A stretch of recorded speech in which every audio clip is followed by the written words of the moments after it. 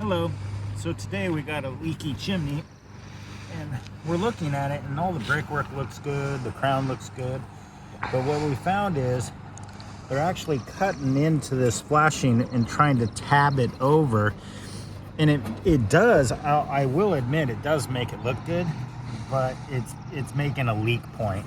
So anytime you make a cut on a corner and fold it, you're making a leak point, and it's on all four corners. So today we're gonna get these out, put in step flashing, kind of similar to this, but we won't have any cuts on the corner.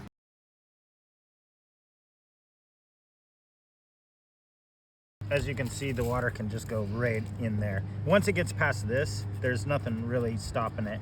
I mean, this is stopping it a little bit, but it can just get to this side right here.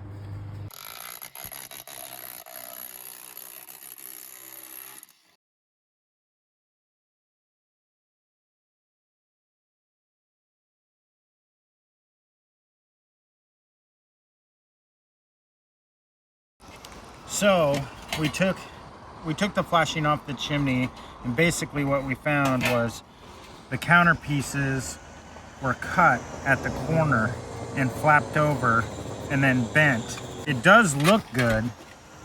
It looks good, and it looks good on the chimney, but the problem is you're making a penetration point right here at the corner. And if you look, once it goes through there, it just goes down the side of the chimney into the attic. So what we're doing today is we're taking this out. We'll put in our new counter flashing, and then all they really need to do is have the piece overlap this piece. And then you'll caulk this seam, and then as long as you have your 1 to 2 inches overlap, you're fine. So basically what we're doing is we're just brushing everything out. We want to make sure that the mortar is having a good bond to anything in there. And if there's a lot of dust in here, your mortar isn't going to bond to any masonry. Usually we dust it out and then we give it a little spritz with water. We'll lay down fresh new cloth tarps, and then we'll get going on flashing. All right, so we got everything all ground out. One of the issues with the previous flashing is there wasn't a whole lot of overlap, and the overlap wasn't caulked. So we'll go over that in due time, but right now I pre-made this piece and we're just gonna fit it in just to get a general idea. And I kind of look straight up and down of where my flashing pieces are gonna be, see if I'm gonna get a good, nice seam. And check the other side. And I want to have a little bit extra, okay? Usually I leave this front piece for when I get both sides done, but we're just gonna give it a little pin just to hold it there, okay?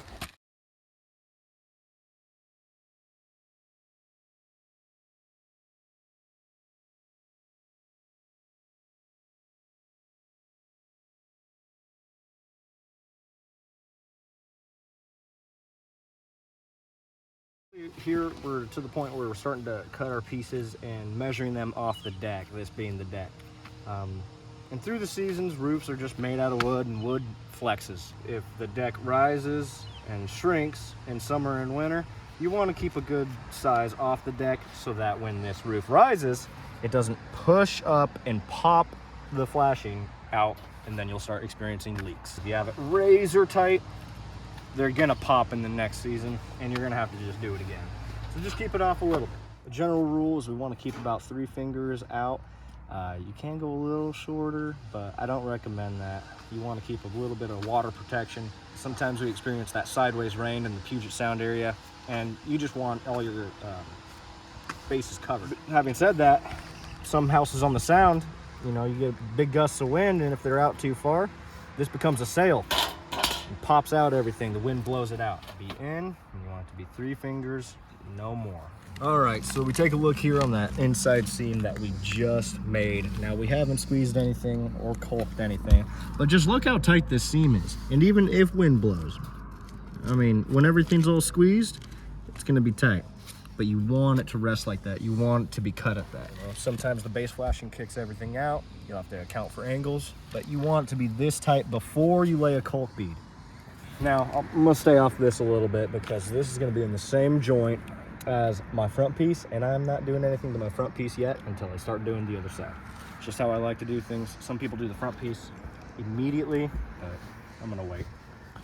So just the same as the previous piece, we're gonna just dry fit it. We're gonna see if we like the overlap, if we hate it, whatnot. And we did have to make a little bit because there was a gap previous that the masons had in before. So I just tried to build that up a little bit, and then I'll set it into the mortar and we'll be gravy. We'll lay a nice little bead.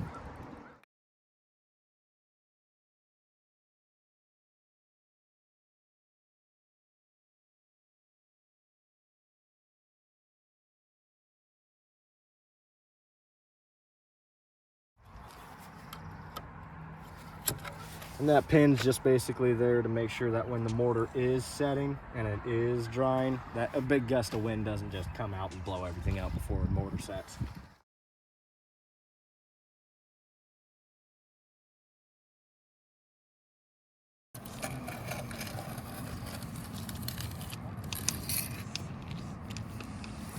Just making sure that it looks extremely pretty. We give it a little sponge bath. You know, people who spend a lot of time planting will tell you the same thing. You know, it's not all about what products you use. It's about how you love your plant. And those plants will grow and they'll provide, and they'll show you love back. But you got to show that love first. Got to give it some time.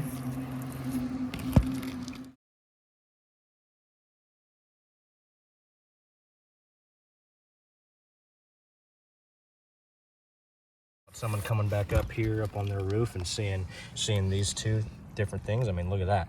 That's just sponging. That's not love. That's not caring. But over here you got some love, some caring. And it'll come back, touch up these joints, and give it the same love that it deserves.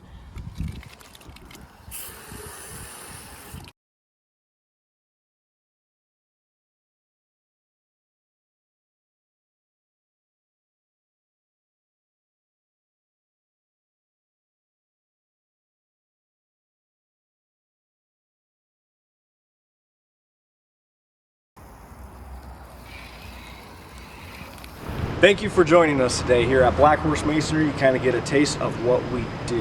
If you like what you see, go ahead and hit the like button, subscribe, and the little bell icon so you stay notified. More content on our page.